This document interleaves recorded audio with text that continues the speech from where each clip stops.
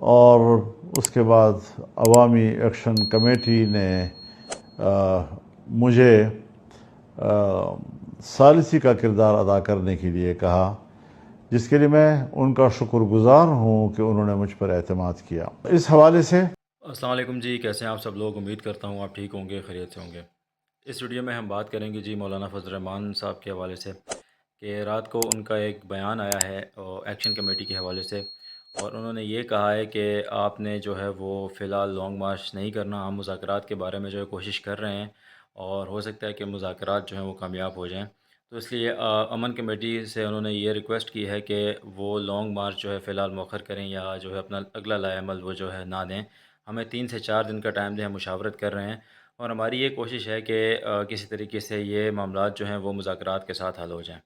تو فی الحال جو ہے یہ اپڈیٹ ہے۔ اب مولانا صاحب کی آگے ویڈیو آپ کو دکھاتے ہیں، آپ ویڈیو دیکھ سکتے ہیں۔ تو اگر آپ چینل پر نئے ہیں، چینل کو سبسکرائب کر دیں، ساتھ میں بیل آئیکن کو دبا دیں تاکہ آپ کو آنے والی ویڈیوز ملتی رہیں۔ تو چلیے مولانا صاحب کی ویڈیو دیکھتے ہیں۔ بسم اللہ الرحمن الرحیم، نحمدہ ونصلی علی رسولہ الکریم۔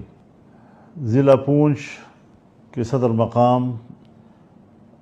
راولا کوٹ اور گردنواہ میں کشمیر کے عوامی ایکشن کمیٹی کی قیادت میں عوام کا ایک بڑا اجتماع 1 ماہ سے زیادہ عرصہ ہوئے دھرنا دیے ہوئے ہیں، اور وہ اپنے مطالبات کے لیے بیٹھے ہیں، حکومت سے مطالبہ کر رہے ہیں کہ ہمارے مطالبات تسلیم کیے جائیں۔ لیکن تاہم اس دوران کچھ ناخوشگوار واقعات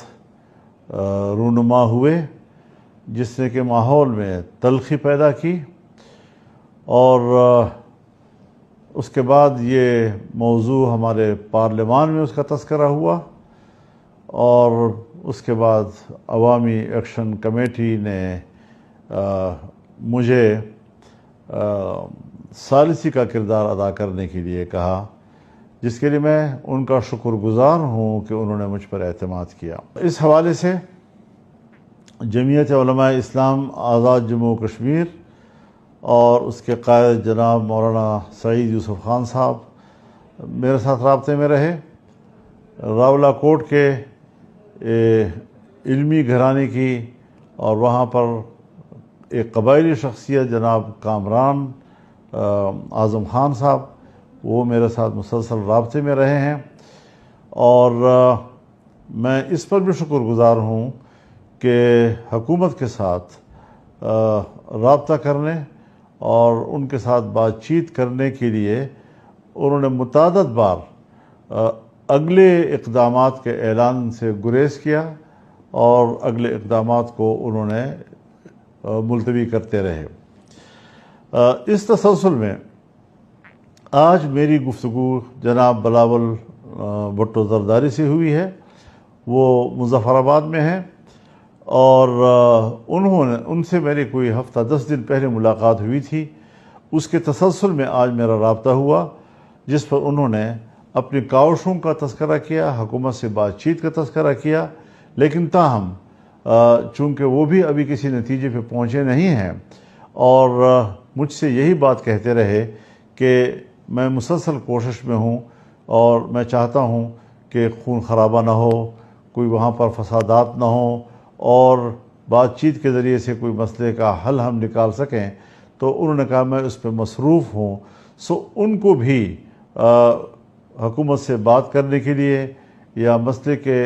حل کے لیے کچھ مہلت چاہیے۔ اس موقع پر میں عوامی ایکشن کمیٹی سے ایک بار پھر یہ اپیل کروں گا کہ وہ فی الحال کسی بھی اگلے اقدام سے گریز کریں اور چند روز مہلت دیں، تاکہ اگر اس حوالے سے کوئی کوشش ہو رہی ہے تو پیش رفت ہو سکے، اور اگر پیش رفت ہوتی ہے اور مثبت پیش رفت ہوتی ہے تو یہ پاکستان کے لیے بھی بہتر ہے، یہ کشمیر کے لیے بھی بہتر ہے، اور کشمیری عوام اور پاکستانی عوام کے درمیان باہمی اعتماد کو برقرار رکھنے کے لیے بھی اس کی از حد ضرورت ہے۔ میں امید رکھوں گا کہ میری اپیل پر وہ مثبت جواب دیں گے۔ وآخر دعوانا ان الحمد للہ رب العالمین۔